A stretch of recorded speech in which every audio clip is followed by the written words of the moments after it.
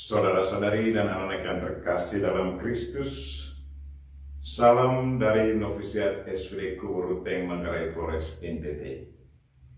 Saya Pastor Freddy Jahadin SVD.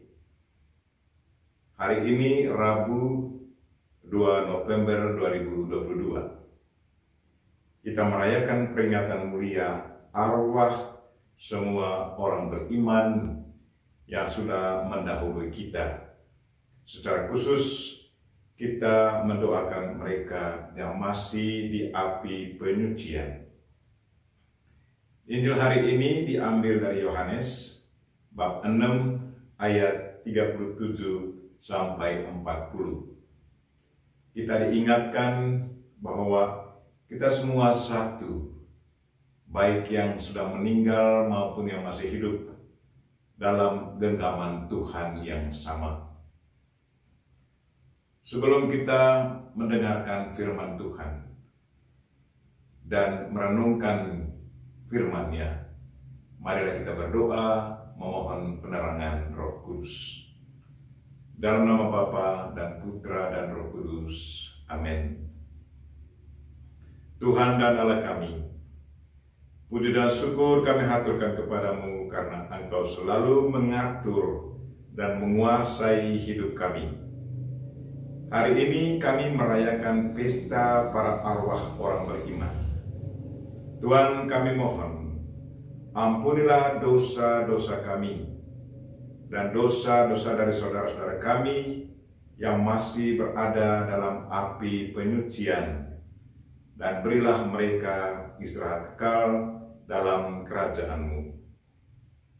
Tuhan, utuslah Roh Kudus-Mu, terangilah pikiran dan hati kami, agar sabda-Mu yang akan kami dengar dapat kami pahami dengan baik, dan isi pesan-Mu dapat kami hayati dan amalkan dalam hidup harian kami. Doa ini kami sampaikan dengan perantaran Kristus Tuhan kami. Amin. Tuhan bersama-Mu dan bersama Roh-Mu.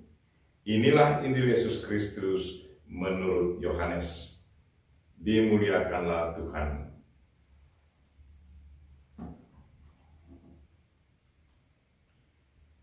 Dalam rumah ibadat di Kapernaum, Yesus berkata kepada orang banyak, "Semua yang diberikan Bapa kepadaku akan datang kepadaku, dan barang siapa datang kepadaku tidak akan kubuang. Sebab aku telah turun dari surga, bukan untuk melakukan kehendakku, tetapi untuk melakukan kehendak Dia yang telah mengutus aku. Dan inilah kehendak Dia yang telah mengutus aku, yaitu supaya dari semua yang telah diberikannya kepadaku, jangan ada yang hilang, tetapi supaya kubangkitkan pada akhir zaman. Sebab inilah kehendak Bapa-Ku, yaitu supaya setiap orang yang melihat Anak dan yang percaya kepadanya beroleh hidup yang kekal, dan supaya Aku membangkitkannya pada akhir zaman." Demikianlah sabda Tuhan. Terpujilah Kristus. Saudara-saudari dan anak-anak yang terkasih dalam Kristus, tema renungan kita hari ini ialah kita semua, baik yang hidup maupun yang sudah meninggal, ada dalam satu genggaman yang sama, yaitu genggaman Tuhan. Hari ini kita memperingati semua arwah orang beriman. Kita ingat saudara-saudari, orang tua, kakek, dan nenek kita, dan semua mereka yang sudah mendahului kita. Mengapa gereja menyiapkan satu hari khusus untuk memperingati mereka? Gereja dengan sengaja menyiapkan hari khusus agar kita tetap sadar bahwa mereka adalah masih bagian dari anggota keluarga kita, teman-teman kita. Bahwa kita pernah hidup bersama di dunia ini. Gereja juga ingatkan kita agar kita tetap mengenangkan mereka kembali tentang apa yang sudah pernah kita alami bersama. Dan juga gereja mau ingatkan kita bahwa sekali waktu kita yang masih hidup ini akan meninggal dan kita akan bertemu mereka kembali. Karena itu, pada kesempatan ini kita harus manfaatkan waktu kita untuk mendoakan jiwa-jiwa mereka, secara khusus mereka yang masih berada di dalam api penyucian. Saudara-saudariku yang terkasih dalam Kristus, dalam bacaan pertama hari ini yang diambil dari kitab kedua Makabe bab 12 ayat 43 sampai 45, kita mendengar bahwa Yudas, panglima besar Israel, telah menguburkan tentara yang gugur dalam pertempuran, menyuruh mengumpulkan uang sebanyak kurang lebih 2.000 dirham perak dikirim ke Yerusalem untuk mempersembahkan kurban penghapus dosa dan mereka yang gugur dalam perang.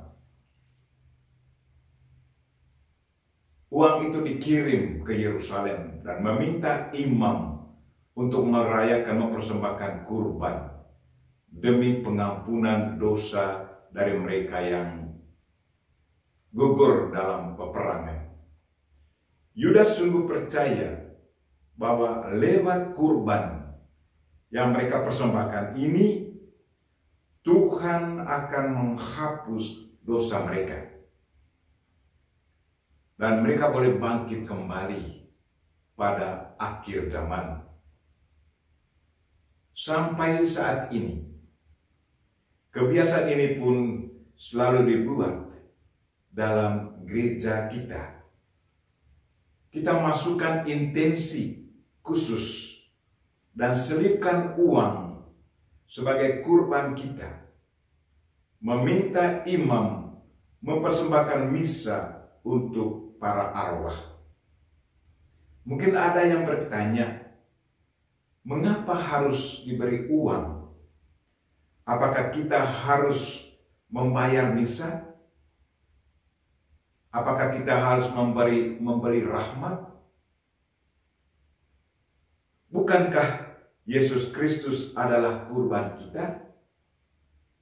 Saudara-saudari dan anak-anak yang terkasih dalam Kristus, uang yang kita selipkan itu sesungguhnya buah hati atau buah tangan kita yang kita persembahkan. Imam akan satukan persembahan kita itu dengan kurban Yesus Kristus sendiri. Buah tangan kita, kolekte kita, bukanlah sarana untuk memberi rahmat. Sama sekali tidak. Tetapi sebagai ungkapan isi hati kita, ungkapan iman kita, bahwa kita sungguh mempersembahkan sesuatu bersama kurban Yesus Kristus untuk membebaskan kita atau saudara-saudara kita dari dosa-dosa mereka. Marilah saudara-saudari dan anak-anak yang terkasih, hari ini kita mengetuk pintu surga dan memohon belas kasihan Tuhan untuk mengampuni dosa-dosa dari saudara-saudari kita yang masih berada di api penyucian. Jiwa mereka sangat-sangat membutuhkan doa-doa kita. Mereka adalah saudara-saudari kita, baik yang hidup maupun yang mati. Kita semua masih bersaudara. Kita semua adalah anak-anak Allah yang sama. Kita semua adalah ada dalam satu genggaman Tuhan yang sama. Kita juga memohon mereka yang sudah berada dalam surga untuk mendoakan mereka dan juga mendoakan kita. Kita memohon Bunda Maria untuk selalu mendoakan kita dan mendoakan mereka yang masih berada dalam api penyucian. Amin. Marilah kita mohon berkat Tuhan. Tuhan bersamamu dan bersama rohmu. Semoga saudara sekalian dan mereka yang kita doakan hari ini dan segala aktivitas kita sepanjang hari ini diberkati oleh Allah yang Maha Kuasa, Bapa dan Putra dan Roh Kudus. Amin.